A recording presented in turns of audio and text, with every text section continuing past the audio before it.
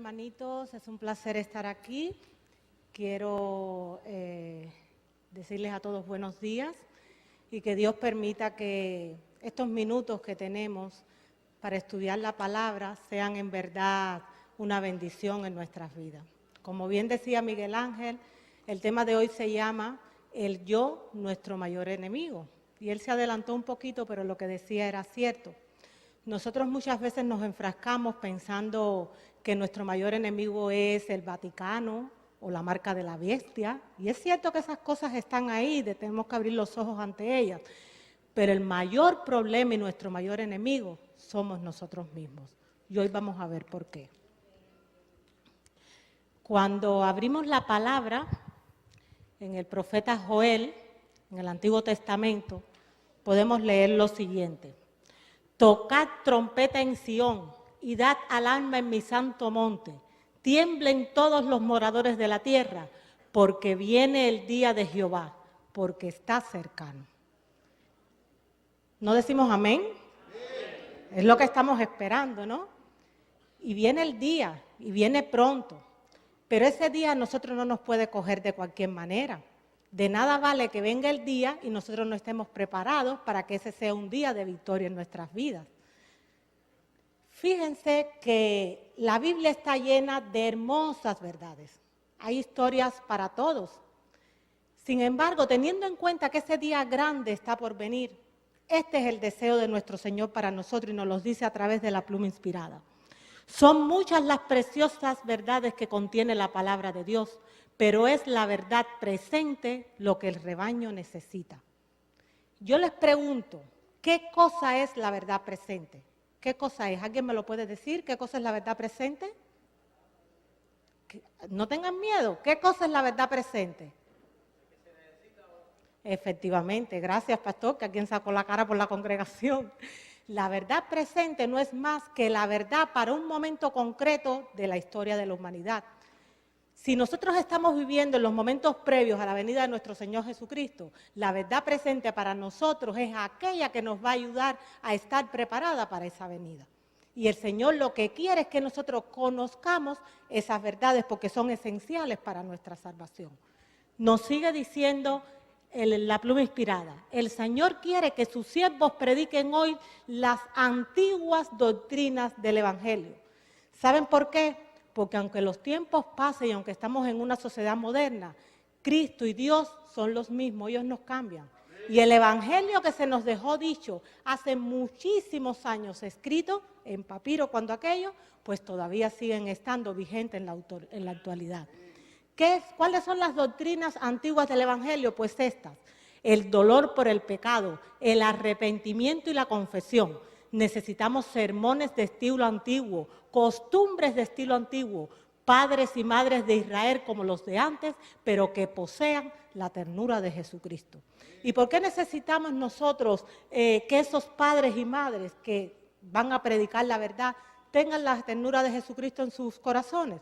Porque cuando de verdad a nosotros se nos predica la palabra de Dios y tomamos conciencia de que estamos en un camino que nos dirige en dirección opuesta a lo que quiere nuestro Creador, entonces clamamos por un cambio. Pero ¿saben qué? El método de corrección que el Señor quiere para nosotros también lo dejó en la Biblia, y es este: con misericordia y verdad se corrige el pecado. Tiene que haber una mezcla de las dos cosas. Cuando leo la Biblia, también puedo ver, y es un versículo que a todos nos gusta mucho leer, que hay una hermosa promesa. Y esa promesa nos dice: cree en Jesucristo y serás salvo. ¿Qué dice? Es muy bonito saber eso y todos clamamos por eso. Y eso es verdad, pero no es toda la verdad. Ese mismo Señor que nos está diciendo, cree en mí, van a ser salvos tú y los tuyos, también nos dice: si alguno quiere venir en pos de mí, niéguese a sí mismo, tome su cruz cada día y sígame. Y nos dice más: el que no toma su cruz y sigue en pos de mí, no es digno de mí. Y se nos añade, para que nos quede claro a través del espíritu de profecía, que si no hay cruz, no hay corona. ¿Qué quiere decir toma tu cruz y sígueme? Fíjense que el título del tema de hoy es el yo, nuestro mayor problema. Y nuestra cruz mayor somos nosotros mismos. Porque Es tanto el deseo que tenemos de hacer las cosas como a nosotros nos agrada, que nos es difícil dejar espacio para que el Señor pueda de verdad ser nosotros de acuerdo a su voluntad. Hay otra cosa en la Biblia que es bien importante, otro versículo. Y no es que el Señor nos esté diciendo, si ustedes quieren hagan esto, no, es un mandato de Dios. Primera de Tesalonicenses 5:23 es un texto clave que debemos tener claro ahora que sabemos que ese día grande está cercano. Y nos dice así, el mismo Dios de paz os santifique por completo y todo vuestro ser, espíritu, alma y cuerpo sea guardado irreprensible para la venida de nuestro Señor Jesucristo. Y ya dijimos que Jesucristo está en las puertas. Yo tengo un hijo pequeño, todos ustedes saben, 8 años tiene, y él no va a la escuela, yo soy su maestra, le doy las clases en casa. Y en este tiempo que él está aprendiendo a leer, yo siempre le digo, cuando estés leyendo algo, no pases al párrafo siguiente sin tener clara comprensión del párrafo actual. Aplicando ese principio a esto, yo busqué en el diccionario una palabra clave, porque este versículo es muy importante para nosotros, y es irreprensible. ¿Qué quiere decir irreprensible? Porque el Señor me está diciendo que todo nuestro cuerpo, que son 3 cosas y ahora lo vamos a ver, yo lo tengo que guardar de manera irreprensible. Pues yo tengo que saber qué quiere decir irreprensible. Me fui al diccionario de la lengua española y encontré lo siguiente, irreprensible, que no merece reprensión o amonestación, que está perfecto. O sea, el Señor quiere que todo nuestro ser, espíritu, alma y cuerpo, esté guardado de manera perfecta para cuando su Hijo aparezca en las nubes de los cielos. Vamos a hacer un paréntesis aquí. Espíritu, alma y cuerpo. Eso es nuestro ser. Y es un versículo que nos sabemos de memoria y lo leemos mucho, pero en realidad no somos conscientes de que estamos constituidos en 3 dimensiones, con espíritu, alma y cuerpo. Fíjense lo que ha pasado en la historia. Vamos a hablar un poquito de Grecia. En Grecia fue donde nació la filosofía. Todos hemos oído hablar de la filosofía como una corriente del pensamiento. Eso fue sobre el siglo VI a.C.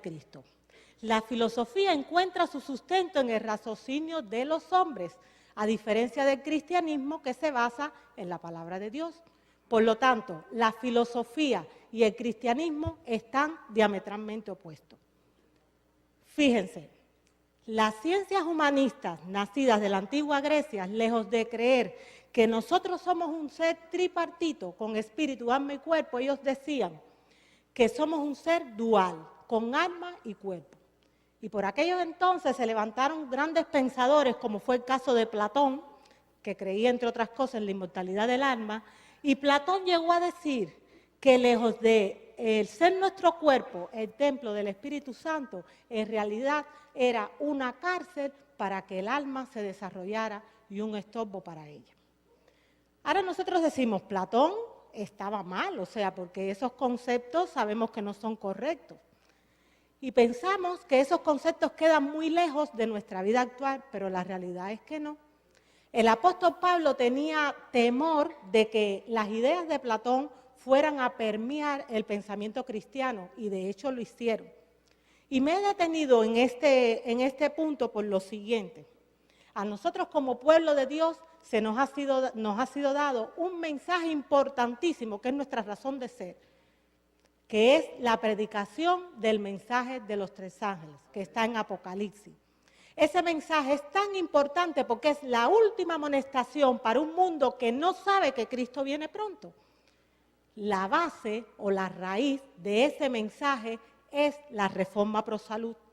Nosotros, de manera generalizada prácticamente, rechazamos este mensaje.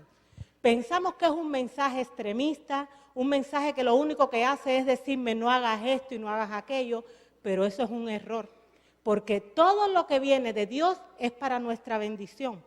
La reforma pro salud no se trata de que si como carne o no. El tema de la carne es solo, eso lo hemos dicho varias veces, pero creo que es importante matizarlo, es solo uno de los puntos dentro de las 8 leyes de la reforma pro salud, ¿vale? Es solo uno de los puntos de la alimentación que está dentro de las 8 leyes de la Reforma Pro Salud. La Reforma Pro Salud abarca todo nuestro ser y es necesario que tomemos conciencia de la gran bendición que es, porque si nosotros no echamos manos de esa herramienta que Dios nos ha dado para santificar al mundo, o sea, para santificarnos nosotros y para poder alcanzar el mundo, es imposible que ese versículo que dice en 1 Tesalonicenses 5:23, que todo vuestro ser, espíritu, alma y cuerpo sea guardado de manera irreprensible, si nosotros no practicamos la Reforma Pro Salud, eso jamás podrá ser. Se nos está llamando, y por eso se ha preparado esta semana, a nosotros se nos está llamando a reavivamiento y a la reforma. Y ahora vamos a ver una cita de eso. Pero necesitamos estar reavivados o ser reavivados porque estamos muertos espiritualmente. El proceso de reavivamiento implica también una reforma, un cambio de hábitos, un cambio de mis pensamientos para yo poder cambiar mis acciones. Porque el Señor quiere llevarnos a un estilo de vida que nos ayude a estar más cerca del cielo, no a quedarnos clavados en la tierra.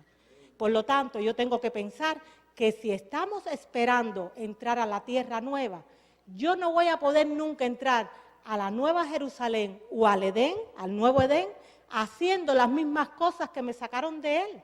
No puedo.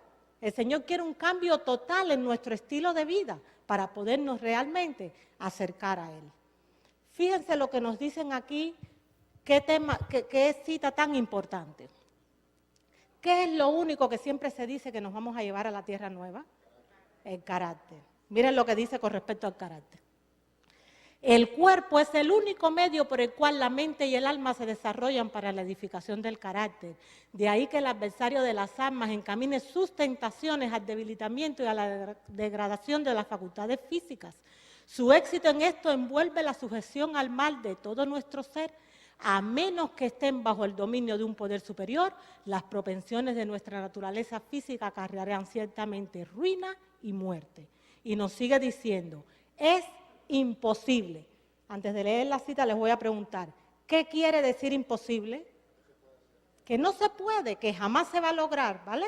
Es imposible que los hombres y mujeres aprecien la verdad sagrada mientras son víctimas del poder de los hábitos pecaminosos que destruyen la salud y debilitan el cerebro, porque somos un ser tripartito. El tema de la Reforma Pro Salud, insisto en esta idea, hermanos, es la base de reavivamiento. De hecho, se lleva años predicando dentro de nuestra iglesia con respecto a que necesitamos ser reavivados y ese reavivamiento no ha llegado. Y no ha llegado porque nosotros no podemos empezar a construir la casa por el tejado. Hay que poner los cimientos y los cimientos son el acatar la Reforma Pro Salud, que es un mensaje de bendición. ¿Saben qué? Siempre que Dios nos quita algo es porque Él tiene un plan mejor. Jesús es la base. Amén.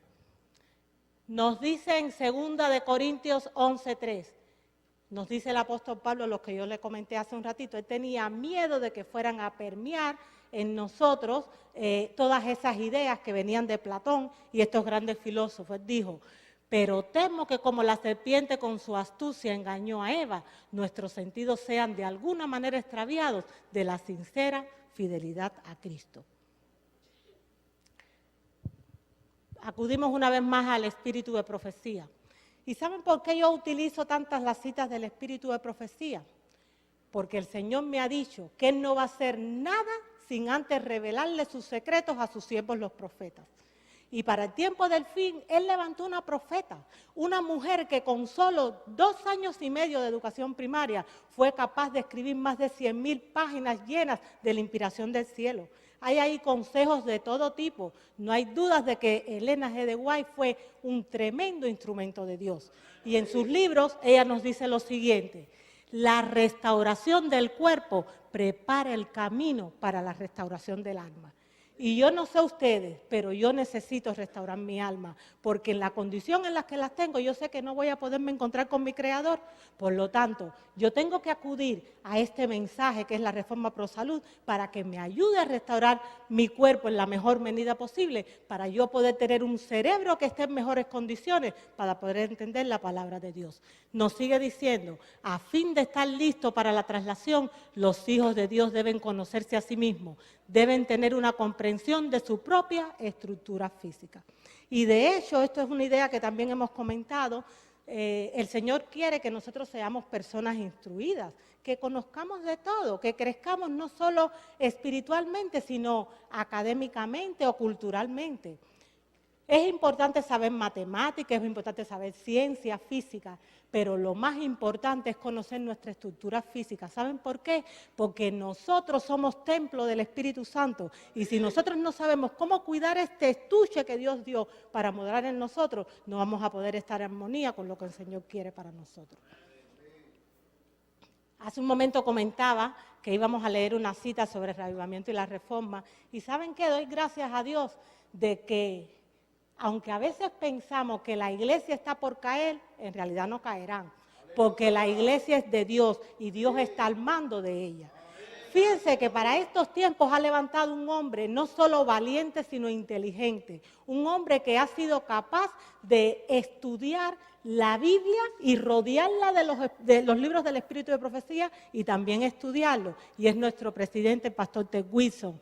Él ha sido impresionado de una manera tan fuerte por el Espíritu Santo que él está impulsando todo el tema de la Reforma Pro Salud y se ha dirigido no hace mucho, que yo les invito a que ustedes vean la invitación que él nos hace, pueden verla en Google, son 40 minutos, se llama El Estado de la Iglesia 2014, se llama así. En esa presentación, él se dirige a los más de 14 millones de adventistas que hay en todo el mundo para pedirnos que retomemos a la Reforma Pro Salud como lo que es. No es el mensaje del tercer ángel, es la mano derecha del mensaje del tercer ángel.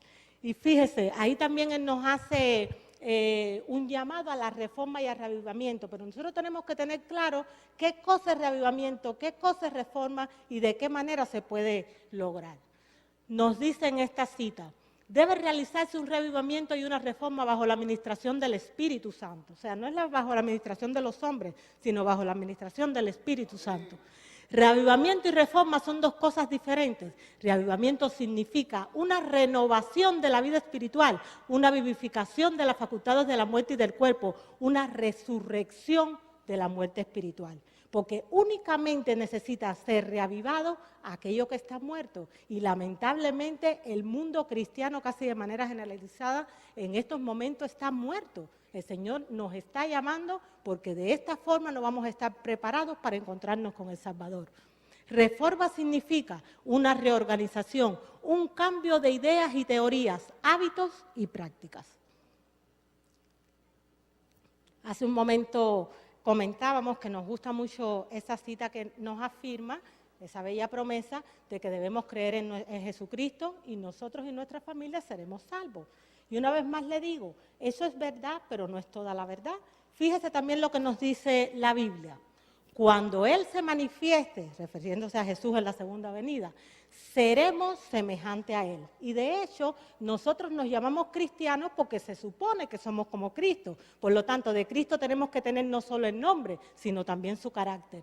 Y nos sigue diciendo, la fe en la verdad únicamente no nos salvará. Tendremos que ser semejantes a Jesús si queremos verlo un día tal y como Él es. Los que están verdaderamente convertidos comprenderán que nunca verán al Señor en su gloria a menos que formen un carácter que armonice con el de Jesús. Vamos a hacer otro paréntesis importante para hablar un poquito de vocabulario. ¿Ustedes han oído hablar de egocentrismo? ¿Saben lo que es egocéntrico? Una vez más yo recurrí a una fuente fiable para poder tener claro estos conceptos. Y esto fue lo que encontré. Es la característica que define a una persona que cree que sus propias opiniones e intereses son más importantes que los de los demás. El término deriva del latín ego, de donde sale la palabra egoísmo, que es una maldición eso para la humanidad. Y eso significa yo. Eso es egocentrismo, es mi yo. Lo que importa es lo que yo quiero, lo que yo digo, lo que yo pienso, lo que yo defino. Y eso en el caso del cristianismo nos hace poner incluso nuestras propias opiniones por encima de la opinión de Dios. De hecho, cuando yo estudio mi Biblia o cuando algún hermano se me acerca y me amonesta y yo endurezco mi corazón, es porque estoy llena de ese yo que no me ayuda a escuchar lo que el Señor dice. Entonces yo sigo poniendo mis propias ideas por encima de lo que quiere el Creador. ¿Dónde comenzó el tema de yo? Pues comenzó en el cielo. ¿Con quién? Con Lucifer, cuando él deseó ser el primero. Y todos conocemos la historia. Está en Isaías 14, 13 y 14.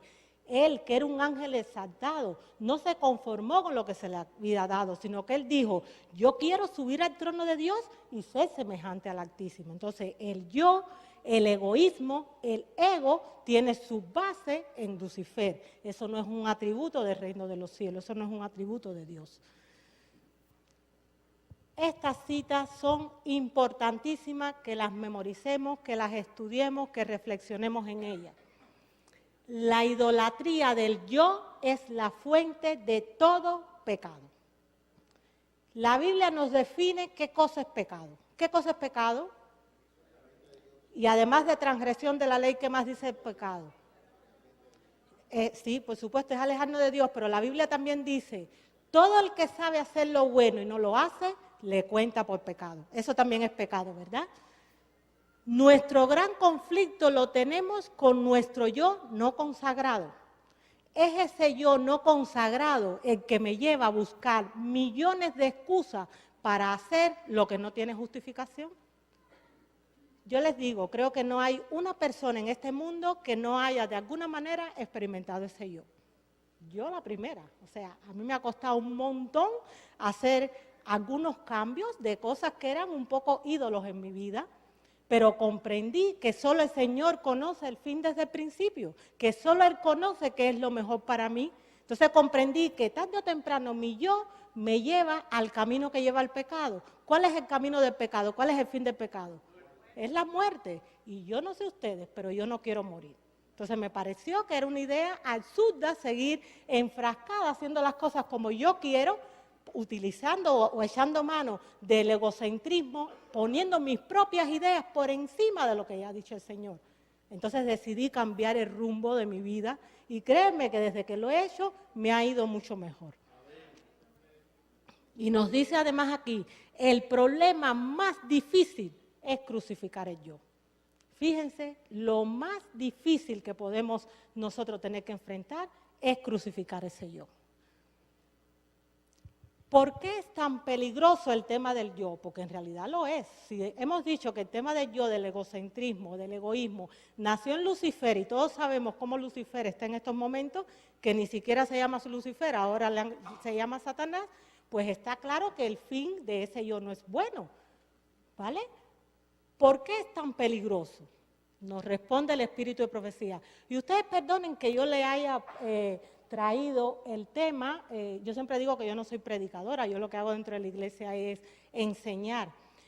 Y a mí me gusta echar manos de la tecnología y presentar los temas así. ¿Saben por qué? Porque lo que importa no es lo que yo digo, sino lo que ha dicho el Señor.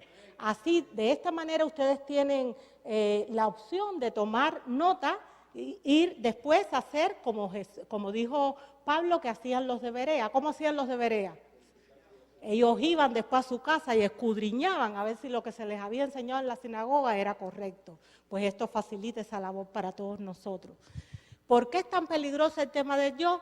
Porque cuando el hombre dedica muchos pensamientos a sí mismo, se aleja de Cristo. Y nos dice más, cuando uno comienza a considerarse exaltado y piensa que puede hacer algo, el Espíritu de Dios se retira. Y esa persona sigue avanzando en su propia fuerza hasta que es derribada. Tarde o temprano va a ser derribada. Si yo me enfrasco en hacer las cosas de acuerdo como yo quiero, llega el momento que el Espíritu de Dios se retira. Yo les digo, cuando el Señor se fue, Él le dijo a sus discípulos que no se afligieran, que Él le iba a mandar, ¿qué? Un consolador. Y que el consolador iba a ser quien les iba a enseñar todas las cosas y quien iba a convencer al mundo de pecado, de juicio y de justicia. Si ese consolador, que es el Espíritu Santo, se retira de mí, yo estoy perdida, porque Él es el que me enseña todas las cosas, Él es el representante de Jesucristo en la tierra. Entonces, si ese yo no lo pongo a un lado, ese Espíritu Santo se va, porque va a decir, ¿para qué voy a estar ahí insistiendo? Dios nos ha dado libre albedrío, Él jamás va a forzar nuestra voluntad. Todos sabemos, esto se lo comenté hace un momento, los versículos de lo que es el Espíritu Santo están en Juan 16, del 7 al 11. El Señor nos dice en su palabra, pongan a yo a un lado, no pongan más sus ideas por encima de la mía. ¿Por qué? Porque separados de mí nada podéis hacer. O sea, nada es nada, no podemos tener una vida exitosa si Cristo no es quien la dirige. El hombre solamente puede caminar seguro cuando pierde toda confianza en sí mismo y la deposita en su Salvador. Y Pablo nos advierte, no seáis sabios en vuestra propia opinión. Teniendo en cuenta que yo es un problema tan grande, que es mi mayor problema y que lo más difícil es vencer a yo me tengo que preguntar, ¿cómo puedo vencerlo? ¿Cómo puedo hacer para salirme de eso que me está atando? Pues ¿saben qué? Nosotros no podemos hacer nada. Solo Dios puede hacer por nosotros si nosotros le dejamos hacer. Así nos dicen Testimonios para la Iglesia. Será únicamente obteniendo la ayuda de Dios como podremos obtener la victoria sobre nosotros mismos. Pero les repito, Dios jamás va a forzar nuestra decisión. Él nos ha dado a todos libre albedrío.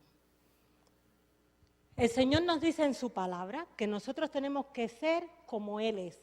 Y fíjense que muchas veces yo he escuchado decir a personas, el único perfecto es Dios, el único santo es Dios.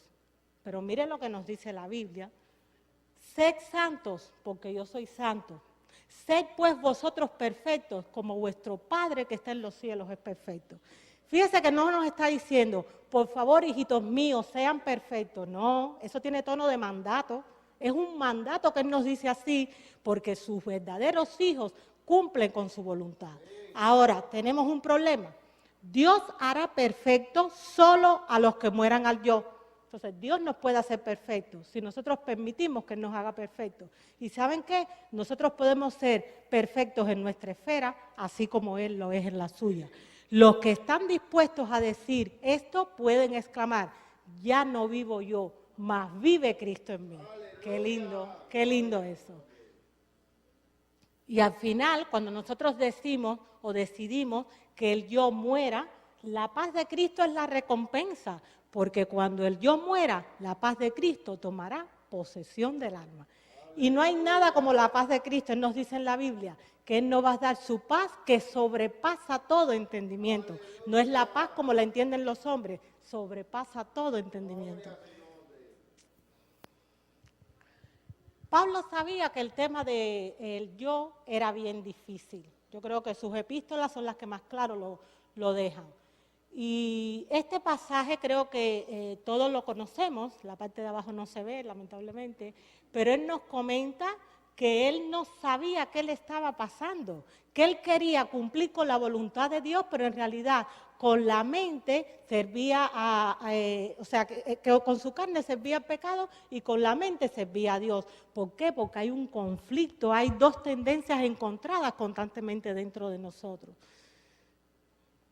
Él decía, yo no sé qué es lo que me pasa, que no hago lo que yo quiero, sino lo que no quiero, eso es lo que estoy haciendo. Y fíjense aquí, llegó el punto en que él comprendió esta verdad, porque Pablo era lo que era en un principio, pero llegó a ser un inmenso personaje dentro del mundo cristiano, que ahora hablaremos de eso. Y él comprendió esto, y es una verdad que debemos también comprender nosotros, que el remedio para el mal se encuentra en Cristo como el Salvador que habita en nosotros, pero para que Él more en los creyentes, primero debe ser expulsado el yo. Entonces habrá un lugar completamente limpio que el Espíritu Santo llenará totalmente. Pablo lo sabía y cuando descubrió, por decirlo de alguna manera, el truquito, él dijo, pues yo pongo mi yo al lado y me lleno de él. Y ya está, y su vida cambió. Y tanto que cambió, que esto a mí me encanta, o sea, saber que fue así, porque personalmente disfruto mucho las epístolas de Pablo, creo que tienen una enseñanza tremenda. Fíjense, Pablo, que fue un hombre que nació en una sociedad donde él tenía un puesto predominante, en realidad estaba lleno de sí mismo, de su orgullo, de su ego, de su yo. Pero el Señor lo derribó y lo dejó ciego por 3 días para que él tuviera que comprender cuál era la grandeza de Dios. Entonces, cuando él salió de ese letargo, ya era un hombre transformado. Y él llegó a ser un instrumento de Dios de tal manera que pasó de ser perseguidor y asesino de cristianos a ser el hombre que más libros ha escrito en la Biblia. De los 27 libros que se agrupan en el Nuevo Testamento, él escribió 14, o sea, más de la mitad. No hay otro personaje que haya hecho lo que él ha hecho en el mundo cristiano. ¿Pero por qué? Porque él puso el yo de un lado y terminó sus días diciendo lo que hace un momento dijimos, con Cristo estoy juntamente crucificado y ya no vivo yo, mas vive Cristo en mí. Y añadió, para mí el vivir es Cristo y el morir ganancia. A mí me emociona cada vez que leo estas cosas porque sinceramente yo veo que está puesto tan alto el listón para los cristianos que nosotros no podemos permitirnos distracciones de ningún tipo. Nosotros tenemos que hacer una obra de santificación real en nuestras vidas si queremos estar preparados para la venida de nuestro Señor. ¿Y qué cosa es la santificación? ¿Qué cosa es la santidad? Pues es poner mi yo al lado para permitir que los principios del cielo se revelen en mi vida. Es eso, es brillar para nuestro Salvador, es dejar que su nombre sea glorificado en mi existencia. Jesús dijo, porque Él fue nuestro ejemplo en todo, y aunque hace un momento hablé de Pablo, quien de verdad mostró lo que era poner el yo a un lado fue nuestro Salvador. Él dijo, mi comida es hacer la voluntad del que me envió y llevar a cabo su obra. O sea, no me interesa nada más. No me interesa lo que yo pienso, lo que yo quiero, donde me gusta ir, lo que me gusta comer, cómo me gusta vestirme, la música que me gusta. No, solo quiero que sea Cristo en mí. Solo quiero que Él tome todos mis sentidos y se manifieste plenamente a través de mí. Fíjense qué cita tan bonita, El deseado de todas las gentes, que es un libro que les invito a leer porque es la más hermosa biografía que se ha escrito jamás de la vida de Jesucristo. El deseado de todas las gentes. Pero el Hijo de Dios se había entregado a la voluntad del Padre y dependía de su poder. Tan completamente había anonadado Cristo al yo que no hacía planes por sí mismo, aceptaba los planes de Dios que tenía para él y día tras día el Padre se los revelaba. De tal manera debemos depender de Dios que nuestra vida sea el simple desarrollo de su voluntad. Tremendas enseñanzas, hermano. Yo cada vez que leo estas citas, de verdad, la carne se me pone de gallina porque yo pienso, Dios, ¿cuánto nos falta por avanzar? El Señor, así nos dice en Filipenses 2:13, Él es el único que produce en nosotros todo lo bueno. Toda buena dádiva siempre ha sido dada desde el cielo. Y Él quiere en nosotros terminar la obra que un día comenzó. Pero fíjese otra cita importante que queremos compartir. Nos dice así, cuando Él venga, Jesucristo por supuesto, no lo hará para limpiarnos de nuestros pecados, quitarnos los defectos de carácter o curarnos de la flaqueza de nuestro temperamento y disposición. Si es que se ha de realizar en nosotros esta obra, se hará antes de aquel tiempo. Cuando Él venga, los que son santos seguirán siendo santos. Los que han conservado su cuerpo y espíritu en pureza, santificación y honra, recibirán el toque final de la inmortalidad. Pero los que son injustos, inmundos y no santificados permanecerán así para siempre. No se hará en su favor ninguna obra que elimine sus defectos y les dé un carácter santo. El refinador no se sentará entonces para proseguir su obra de refinación y quitar sus pecados y su corrupción. Todo esto debe hacerse en las horas del tiempo de gracia. Ahora es cuando debe realizarse esta obra en nosotros. Cristo está en estos momentos intercediendo por nosotros en el santuario celestial. Estamos en el día de expiación, aquel día que todo el pueblo está lavando sus pecados delante de Dios. Nosotros tenemos que poner nuestras almas en armonía con esa inmensa obra que se está realizando en el cielo.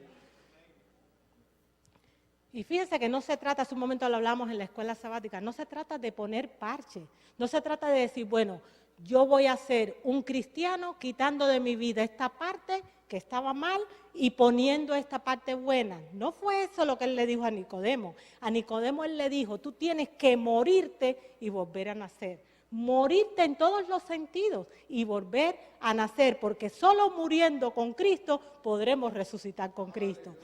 La vida del cristiano no es una modificación o mejora de la antigua, sino una transformación de la naturaleza. Se produce una muerte al yo y al pecado y una vida enteramente nueva. Este cambio puede ser efectuado únicamente por la obra eficaz del Espíritu Santo. La relación con una iglesia, y mira que es importante que estemos todos aquí y que nos den el diploma cuando nos bautizamos. Eso es importante, es el comienzo del camino, pero el estar bautizados no nos da la salvación nos la da Cristo Jesús de acuerdo a la vida que nosotros hayamos vivido. Yo sé que la salvación es un regalo de Dios y eso lo vamos a ver ahora mismo, pero hay condiciones para que la salvación sea real. Cristo nos justifica a todos, pero no todos vamos a ser justificados. Tenemos que estar en armonía con lo que el Señor quiere. La relación con una iglesia no reemplaza la conversión. El aceptar el credo de una iglesia no es de ningún valor para ninguna persona si el corazón no experimenta un verdadero cambio. Hay 4 preguntas claves que quise compartir con ustedes también. Pura Biblia. La primera, ¿qué dice Pablo que tenemos que hacer con el viejo hombre? Eso es lo que él dice. Despojaos de él. Despojados del viejo hombre, que ese hombre no les lleva a un buen camino. ¿Qué quiere decir? Pongan su yo a un lado, quiten ese viejo hombre que les lleva a actuar en dirección contraria de lo que yo quiero. Segunda pregunta, ¿qué es lo que tiene que morir en nosotros? Encontré 4 cosas claves. Primero, hemos de morir al pecado, Romanos 6:2. El mundo me es crucificado, tengo que morir al mundo. Los que son de Cristo han crucificado la carne con sus deseos y pasiones. A eso tengo que también morir. Y por último, hacer morir lo terrenal en vosotros. Yo no sé ustedes, pero yo en mi vida cada vez quiero más solamente las cosas que me ayuden a estar un día en la tierra nueva. Y fíjense que no es fácil la obra, porque nado contracorriente. En mi barrio me ven un poco como el bicho raro, porque todo lo hago al revés, como lo hace todo el mundo. Pero ¿saben qué? No me importa. Porque a mí lo que me importa no es lo que los hombres piensen de mí, sino lo que Cristo piensa de mí. Le digo la otra pregunta, ¿cuántas veces tengo que morir yo? O sea, basta con que yo lo haga una vez en mi vida, decir, Señor, no, quiero morir yo y que tú actúes a través de mí. ¿Con un solo día lo hago? Pues eso no es lo que dice Pablo. Él dice en su palabra, os aseguro, hermanos, que cada día muero. Si cada día cuando yo me levanto, yo no pongo todos mis sentidos bajo el control del Espíritu Santo, entonces seré dominado por Satanás. Hay 2 fuerzas en estos mundos y son reales, no hay puntos medios. El Señor dijo, el que no está conmigo, contra mí está. El que conmigo no recoge, desparrama. Si yo no estoy completamente bajo el control del Espíritu Santo, estoy bajo el control de Satanás. Por último, les pregunto, ¿cuál es la gran recompensa que el Señor tiene para nosotros si actuamos de acuerdo a su voluntad? Si somos muertos con Él, también viviremos con Él. Y de hecho, en Testimonios para la Iglesia es que nos dice que someterla yo y colocar las pasiones bajo el control de la voluntad es la conquista más grande que los hombres y las mujeres pueden lograr. No es ir a la luna, esta es la conquista más grande que podemos lograr. Todos sabemos que tenemos un Salvador y gracias a que tenemos un Salvador, si no estaríamos perdidos. Ese Salvador es Cristo Jesús. Conocemos perfectamente los versículos y ese Salvador no vino al mundo para condenar al mundo, sino para que el mundo sea salvo a través de él. Ya cuando él se fue a bautizar, el mismo Juan el Bautista exclamó: he aquí el Cordero de Dios que quita el pecado del mundo. Y quiero compartirles otra cita hermosa del deseado de toda la gente que nos muestra hasta qué punto el Señor ya lo ha hecho todo, porque es su deseo de que todos seamos salvos. Página 16 nos dice así: Cristo fue tratado como nosotros merecemos, a fin de que nosotros pudiésemos ser tratados como Él merece. Fue condenado por nuestros pecados en los que no había participado, a fin de que nosotros pudiéramos ser justificados por su justicia, en la cual no habíamos participado. Él sufrió la muerte nuestra, a fin de que pudiésemos recibir la vida suya. Por su llaga fuimos nosotros curados. Inmenso sacrificio. Y fíjense que esa cita deja claro que todo lo que se ha hecho ha sido hecho ya para nuestra salvación. Sin embargo, como les decía hace un ratito, hay condiciones para la salvación. La condición es gratuita, pero está condicionada, tiene una dualidad. Y así nos dicen señales de todos los tiempos. El deber de cada persona inteligente es escudriñar las Escrituras. Cada uno debería saber con certeza las condiciones sobre las cuales se provee la salvación. Y yo les hago a ustedes ahora la misma pregunta que en su día yo me hice, que nos dice en Hebreos 2:3. ¿Cómo escaparemos nosotros si descuidamos una salvación tan grande? ¿Cómo vamos a poder escapar si nosotros descuidamos esta salvación? Esta salvación que es un regalo del cielo, pero que está condicionada a la obediencia. ¿Cómo podremos escapar?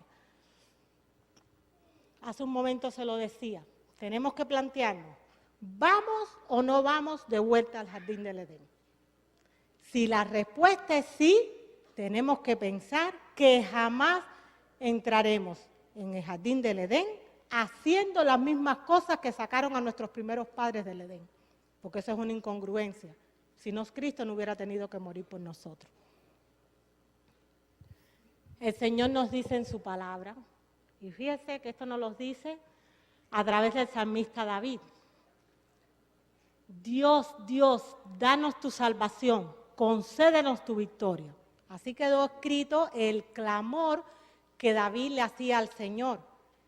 Esa oración es una oración para todos, porque al final todos estamos aquí porque queremos ser salvos en Cristo Jesús y le clamamos a Él por la salvación. Y ante ese clamor Él contesta lo siguiente a través del Espíritu de profecía: la luz, una preciosa luz, ilumina al pueblo de Dios, pero no lo salvará a menos que permitan que ésta lo salve. Viven plenamente de acuerdo con ella y la transmitan a otros que se encuentran en tinieblas. Yo exclamo como David: Dios, Dios mío, dame tu salvación. Y encuentro esta respuesta del Señor: vale, yo te voy a dar la salvación. Ahí no se ve, pero arriba dice: hijo mío, dame tu corazón. Esa es la respuesta del Señor cuando nosotros le pedimos: dame tu salvación. Él me dice: dame primero tu corazón. ¿Por qué? Porque yo te voy a quitar del pecho ese corazón de piedra y te voy a poner un corazón de carne, donde estén grabados mis mandamientos, donde tú tengas el deseo de obedecer lo que yo te estoy diciendo para que te puedas acercar a mí. ¿Qué quiere decir el Señor cuando nos dice que nos va a dar un corazón de carne? Pues habla otra vez el Espíritu de profecía a través de su sierva. Cuando Jesús habla del nuevo corazón, se refiere a la mente, la vida, a todo el ser. Experimentar un cambio de corazón significa apartarnos de los afectos del mundo y aferrarnos de Cristo. Tener un nuevo corazón significa tener una nueva mente, nuevos propósitos, nuevos motivos. ¿Cuál es la señal de un corazón nuevo? Una vida transformada. Hay una muerte diaria, constante, al egoísmo y al orgullo. Mis hermanos, que el Señor nos ayude a comprender que realmente nuestro mayor problema está en nuestro yo no consagrado. Que nos dé la fuerza para estudiar su palabra, para comérnoslas cada día, para empezar a poner nuestra voluntad en armonía con lo que Él quiere. Yo termino diciéndole estas palabras, mis hermanos: preparémonos de verdad, preparémonos porque el Hijo del Hombre está muy pronto a asomar. Que el Señor nos bendiga.